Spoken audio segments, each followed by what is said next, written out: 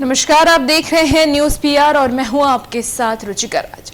बिहार में विधानसभा के उपचुनाव को लेकर के राजनीतिक पार्टियों की तरफ से चुनाव प्रचार जारी है और कुशेश्वर स्थान में भी अब चुनाव प्रचार शुरू हो चुके हैं। 30 अक्टूबर को दोनों ही विधानसभा के उपचुनाव होने हैं, यानी कि कुशेश्वर स्थान और तारापुर। लेकिन कुशेश्वर स्थान को लेकर के जब पार्टियों के जो स्टार प्रचारक हैं, यानी कि हर एक पार्टी के जो अलग अलग स्टार प्रचारक हैं, वो लोग जब जा रहे हैं तो उन्हें बेहद ही बदतर स्थिति कुशेश्वर स्थान की दिखाई दे रही है। आज चिराग पासवान भी मीडिया से मुखातिब होते हुए इन्हीं सब बातों का जिक्र किया है कि वहां पर सड़क की जगह वाहनों की जगह नाव चलाए जाते हैं, यानी गड्ढे में सड़क है या सड़क पे गड्ढे हैं, समझ नहीं आता है। इसके अलावा और उन्होंने क्या कुछ कहा है, सुनिए। कुशेश्वर स्थान की अगर आप बात करें तो मुझे कहने में इसमें कहीं कोई संकोच नहीं है। पहली बात तो जनता दल यूनाइटेड, जो मैं बार बार कह रहा हूँ, और मुझे लगता है ईमानदारी से अगर आप जदयू के नेताओं से भी आप पूछेंगे तो वो भी मेरी इस बात से सहमत होंगे कि जदयू कम से कम तीसरे चौथे नंबर की अपनी लड़ाई लड़ रही है। जमानत भी अगर उन लोगों की बच जाए तो बहुत बड़ी बात होगी। और कुशेश्वर स्थान में हम लोग की प्रत्याशी अंजू देवी, उनकी जीत भारी मतों से हो रही है। इसके कारण भी हैं। अगर आप कुशेश्वर स्थान अगर आप जाकर देखेंगे, भाई जिस प्रदेश का मुख्यमंत्री पिछले 16 साल से विकास की बातें करता हूँ, उन्हीं की पार्टी का विधायक पिछले 11 साल से कुशेश्वर स्थान का प्रतिनिधित्व कर रहा है। उसके बावजूद कुशेश्वर स्थान की हालत इतनी बुरी है, वहाँ पर अगर आप सड़कों के हालात अगर आप देखेंगे, एक मुख्य मार्ग को अगर आप छोड़ दें, उसके बाद आप हल्का सा भी बायां दायां जाएं तो सड़क में गड्ढे हैं कि गड्ढों में सड़क है, ये समझ में नहीं आएगा। मूलभूत ज़रूरतों का इतना ज़्यादा अभाव है। वहाँ के अस्पतालों में अगर आप चले जाएं तो बीपी तक जांचने की मशीन नहीं है, स्कूल में भवन नहीं है, शिक्षक नहीं है, टीचर्स नहीं है। ये वहाँ के हालात हैं। लोगों का आक्रोश इतना ज़्यादा है वहाँ पर मौजूदा सरकार को लेकर।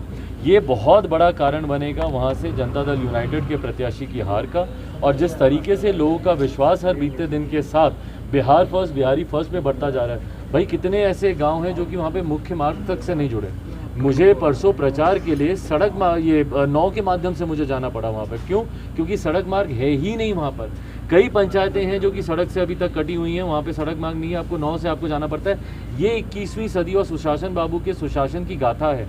ये उनके विकास की गाथा है कि भैया गांव अभी तक आपके सड़क से नहीं जुड़े हैं और अभी भी आपको, जैसे आदि ज़माने में लोग गांव सड़क नाव पे चढ़ के जाते थे, वैसे ही आपको उन गाँव में जाना पड़ता है। तो ये तमाम बातें, लोगों का विश्वास जैसे बिहार फर्स्ट, बिहारी फर्स्ट पे बढ़ता जा रहा है और मुख्यमंत्री नीतीश कुमार जी की नीतियों से जैसे लोग नफरत करते हैं, ये मेरा विश्वास बढ़ाता है कि कुशेश्वर स्थान की सीट हम लोग 100% हम लोग जीत रहे हैं। साथ ही में तारापुर आज मैं जा रहा हूँ प्रचार के लिए। आने वाले 2-3 दिन वहीं पर कैंप करूंगा, जैसे कुशेश्वर स्थान में मैंने कैंप किया था, और उसके बाद तारापुर से फिर वापस कुशेश्वर, और फिर उसके बाद 1 दिन 2 दिन हम लोग तारापुर देंगे। अभी अगले 28 तारीख तक जब तक प्रचार है, इन दोनों सीटों पर ही हम लोग कैंप करेंगे। पर दोनों सीटों पर जनता दल यूनाइटेड हार रही है और लोक जनशक्ति पार्टी रामविलास बहुत मजबूत स्थिति में हम लोग की पार्टी, हम लोग के प्रत्याशी हैं, तो जीत का विश्वास पूरा है। चिराग जी, ये सवाल उठने लगे हैं कि आप तो भले ही सीएम नीतीश कुमार की नीतियों का विरोध कर रहे हैं, लेकिन आप जो प्रत्याशी खड़ा कर रहे हैं, क्या आपको विश्वास है कि वो जीतेंगे? क्योंकि आप किसी को हराने के लिए खड़ा कर रहे हैं, ये सवाल उठ रहे हैं। भाई जदयू के मंत्री का फोरम पूरा कर रहे हैं। भाई जदयू के मंत्री तो बोलेंगे ही।